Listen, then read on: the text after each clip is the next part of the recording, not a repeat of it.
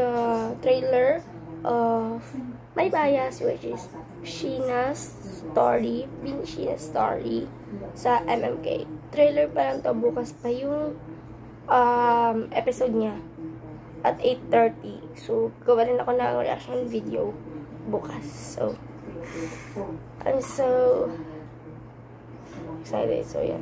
Papanood din natin. Yan. Isang A naman dyan! Hey! Yeah! Baka sila pinipicturan mo. 1, 2, 3. Ano? Parang K-pop idol. Makausapin ka lang namin sa dali. Ay, hindi ko mamawala din siya. Ayaw mo ba? Ngayon, nakinig ka mga kapalian. Bebe! Kahit nakakuha ka ng callbox sa Starhan? Hayaan mo na. Ano pa opportunity sa narating para sa'yo? Wala naman sa plano kung maging trainee ng K-pop group. Maging K-pop idol ka katulad ng mga pinapanood natin? Ano ko yan? Anong hospital? Ang nangyari kay Mami? Ino-offer ano siya na nagkaroon ng komplikasyon. Ang ganang pagting bumangan. Kukwenta ko. Tiyaga mo, Mami. Hindi mo man naabot ang maging bini, Mami. Gusto mo na raw upgrade sa grupo mo? Paano kung masakit na siyang gawin? Kaya ka nga sinuportahan ni Mami kasi nakita niya na yun yung para sa'yo. Siya ang number 1 fan at supporter ko.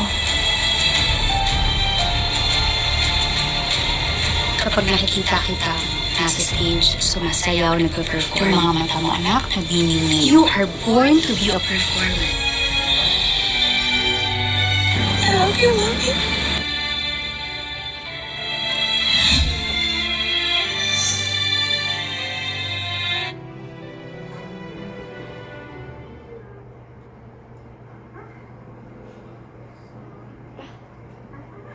Trailer pa lang, pero nakakaiyak na.